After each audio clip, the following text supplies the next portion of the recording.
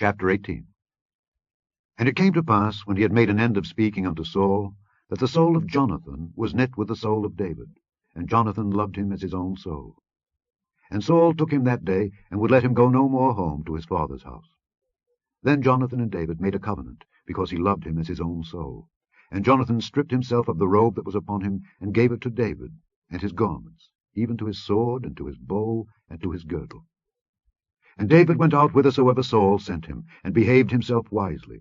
And Saul set him over the men of war, and he was accepted in the sight of all the people, and also in the sight of Saul's servants.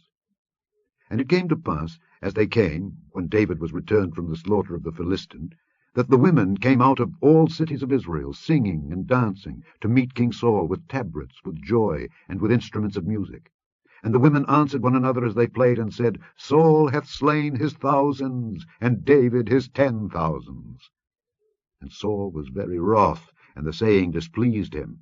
And he said, They have ascribed unto David 10,000s, and to me they have ascribed but thousands.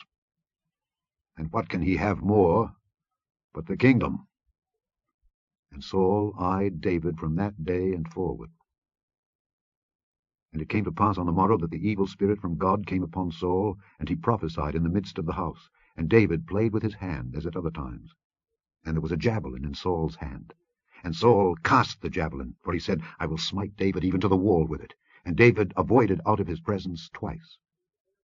And Saul was afraid of David, because the Lord was with him, and was departed from Saul. Therefore Saul removed him from him, and made him his captain over 1,000. And he went out and came in before the people. And David behaved himself wisely in all his ways, and the Lord was with him. Wherefore, when Saul saw that he behaved himself very wisely, he was afraid of him. But all Israel and Judah loved David, because he went out and came in before them. And Saul said to David, Behold my elder daughter Merab, her will I give thee to wife. Only be thou valiant for me, and fight the Lord's battles. For Saul said, Let not mine hand be upon him, but let the hand of the Philistines be upon him. And David said unto Saul, Who am I, and what is my life or my father's family in Israel, that I should be son-in-law to the king? But it came to pass at the time when Merab, Saul's daughter, should have been given to David, that she was given unto Adriel the Meholathite to wife. And Michal, Saul's daughter, loved David. And they told Saul, and the thing pleased him. And Saul said, I will give him her, that she may be a snare to him, and that the hand of the Philistines may be against him. Wherefore Saul said to David, Thou shalt this day be my son-in-law in the one of the twain. And Saul commanded his servants, saying, Commune with David secretly, and say, Behold, the king hath delight in thee, and all his servants love thee. Now therefore be the king's son-in-law. And Saul's servants spake those words in the ears of David, and David said, Seemeth it to you a light thing, to be a king's son-in-law, seeing that I am a poor man, and lightly esteemed?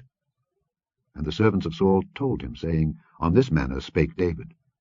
And Saul said, Thus shall ye say to David, The king desireth not any dowry, but 100 foreskins of the Philistines, to be avenged of the king's enemies.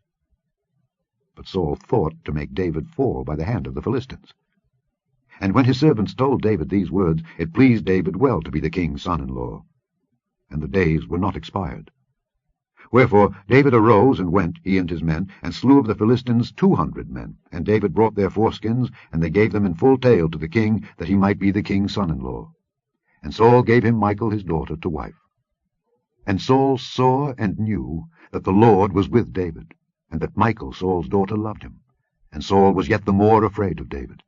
And Saul became David's enemy continually.